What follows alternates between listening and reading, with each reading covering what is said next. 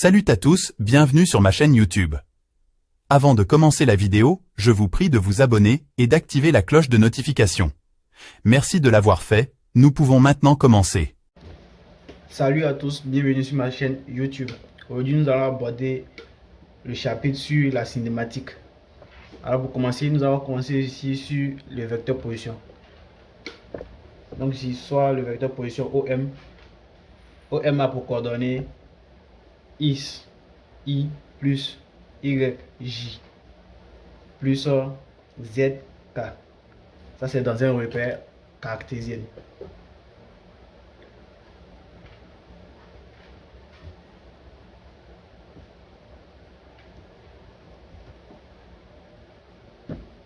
Maintenant dans un plan, le vecteur position, poser un point dans un plan, c'est écrit comment? Ici ça s'écrit X, I plus Y, J. Un plan est toujours déterminé par deux axes.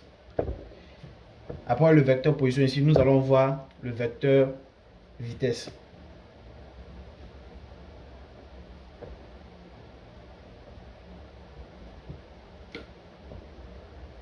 Alors ici c'est quoi le vecteur vitesse? Le vecteur vitesse c'est défini comme la dérivée du vecteur position sur la dérivée du temps, c'est-à-dire la dérivée du vecteur position par rapport au temps.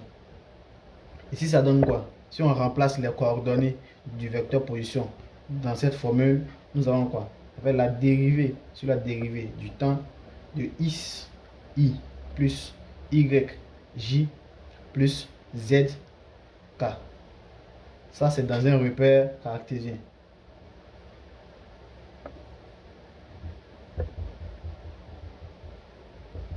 Alors si nous appliquons la dérivée ici, nous pouvons dire ici que v, le vecteur vitesse, égale à quoi? Avec la dérivée de x sur la dérivée du temps suivant le vecteur i plus la dérivée de y sur la dérivée du temps suivant le vecteur j plus la dérivée de z sur la dérivée du temps suivant le vecteur k. Alors ici nous allons dire quoi? Ici nous allons dire que la dérivée de x sur la dérivée de t égale à x point. La dérivée de y sur la dérivée de t égale à y point. Et la dérivée de z sur la dérivée du temps égale à z point. Donc ici, si nous remplaçons dans l'expression de la vitesse, nous avons la vitesse, c'est défini comme quoi? X point suivant le vecteur i plus y point suivant le vecteur j plus z point suivant le vecteur k.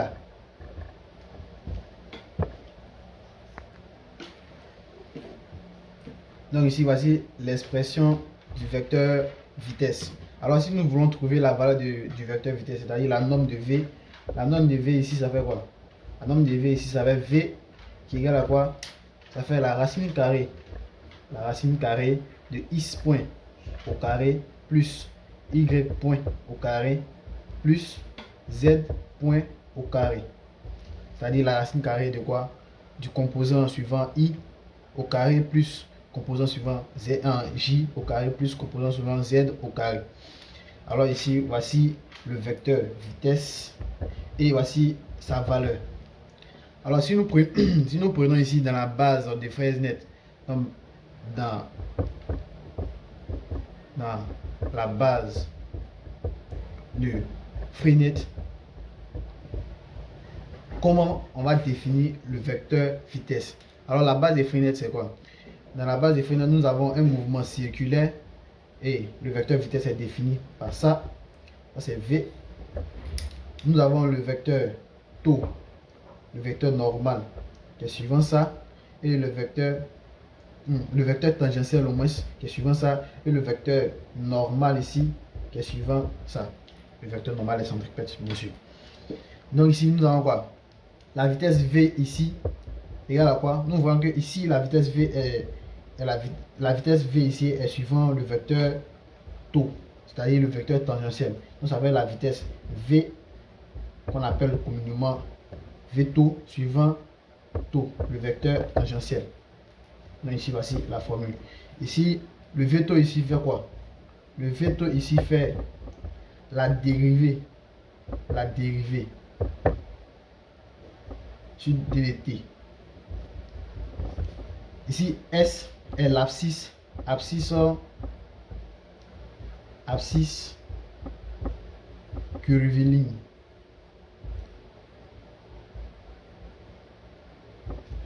Ici, la dérivée de S sur dt, ici, ça fait comme, ici, ça fait comme is point, donc ça fait S point. Nous avons dit que ici, S est l'abscisse curviligne. Donc, une fois que nous avons ça, donc, vitesse égale, donc nous avons 2. Vitesse V égale à quoi? Racine carrée de quoi? X point carré plus Y point carré plus Z point carré dans un repère cartésien.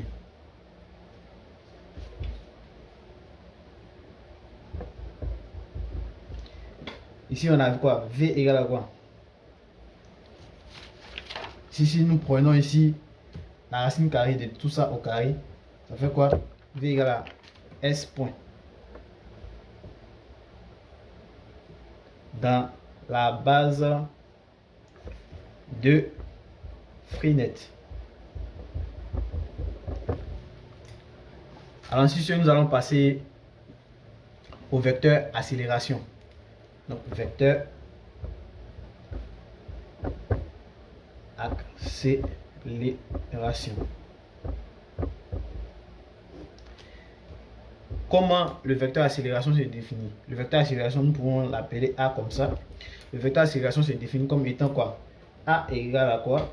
Étant la dérivée du vecteur vitesse sur la dérivée du temps.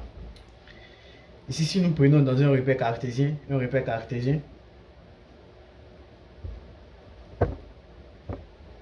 A se définit comme quoi? C'est la dérivée de quoi? Sur D de quoi? De quoi? X point suivant I plus Y point suivant J plus Z point suivant K. Ça, c'est l'expression du vecteur vitesse. Donc ici, nous dérivons, nous allons obtenir quoi? A ici fait quoi? A égale à quoi? Dérivée de X point sur D de T suivant I plus dérivée de quoi? Y point sur D de T suivant J plus dérivée de Z point sur D de T suivant K. Le vecteur K. La dérivée de X point sur D de T, ça veut quoi? La dérivée deux fois de X. Donc ça va la dérivée. Donc ici, ça donne X point point. Donc ici, nous avons quoi? X point point suivant I plus Y point point suivant J plus Z point point suivant K. Ici, le vecteur accélération ici se définit aussi comme étant quoi? Le vecteur accélération se définit comme étant la dérivée carrée sur dt carré du vecteur position OM.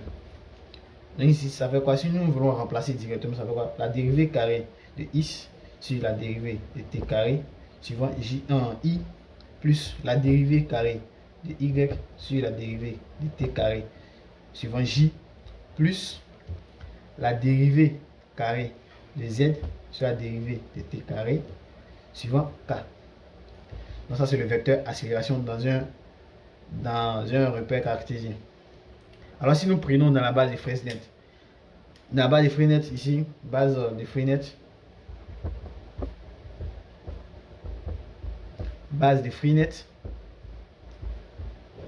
nous avons dit que le mouvement c'était un mouvement circulaire. Ici, on a V. Ici, l'accélération se définit comme étant quoi? L'accélération ici va se définir comme étant l'accélération normale plus l'accélération tangentielle. Ici, voici le vecteur normal. Et le vecteur tangentiel est suivant la vitesse. Comment se définit le vecteur normal?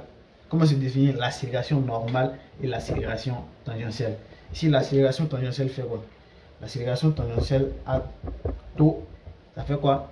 Ça fait la dérivée du vecteur, donc de la vitesse tangentielle sur d dt. Or, la vitesse tangentielle, nous avons dit quoi? La vitesse tangentielle, ça fait la dérivée. Donc ici, nous avons la dérivée sur dt de la vitesse tangentielle qui fait quoi? La dérivée de s sur dt. Donc ici, A taux fait quoi? A taux fait la dérivée carrée sur dt carré de s. L'accélération normale, AN, se définit comme quoi? Comme étant la vitesse carré sur le rayon. Sur le rayon. Bon, sur ρ. Ici, le ρ ici, le ρ est différent du rayon dans certains cas. Le ρ est le rayon de courbure. Le ρ est le rayon de courbure. Le ρ est le rayon de courbure, donc pour une trajectoire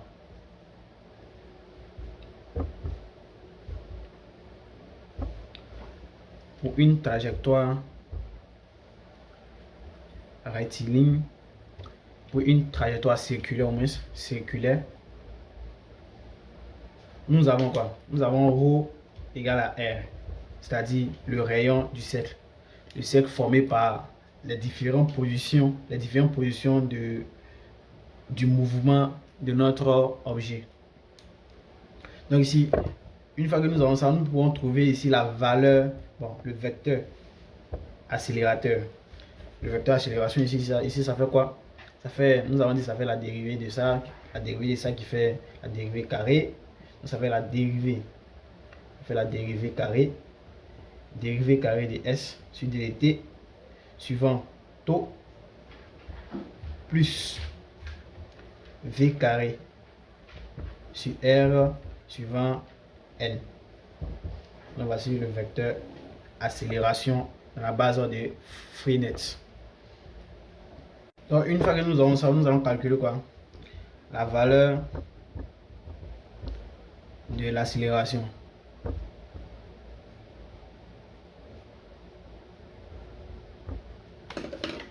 Donc ici nous allons prendre dans un repère cartésien. Repère cartésien.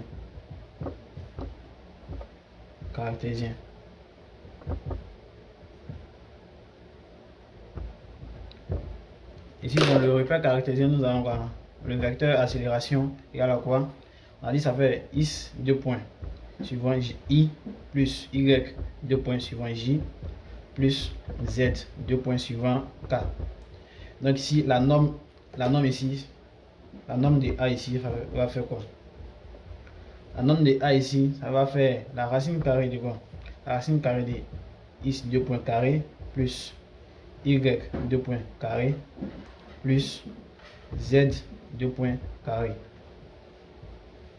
Donc ça c'est dans un repère cartésien. Dans la base de Freenet. Base de Freenet.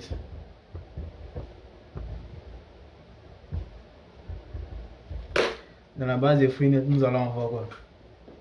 C'est-à-dire pour une trajectoire circulaire. Dans la base de Freenet, nous avons quoi? Si nous avons A qui se définit comme quoi? Comme D carré de S sur dt suivant taux plus V carré sur R suivant N. Donc ici, si nous calculons la norme, taux et puis N sont les vecteurs unitaires dans la base de Freenet. Donc ici, si nous calculons la norme de A, ici ça fait quoi? Ça fait la racine carrée de quoi? De D carré de S sur dt, le tout au carré, plus la composante suivant N, V carré sur R, le tout au carré. Donc ici,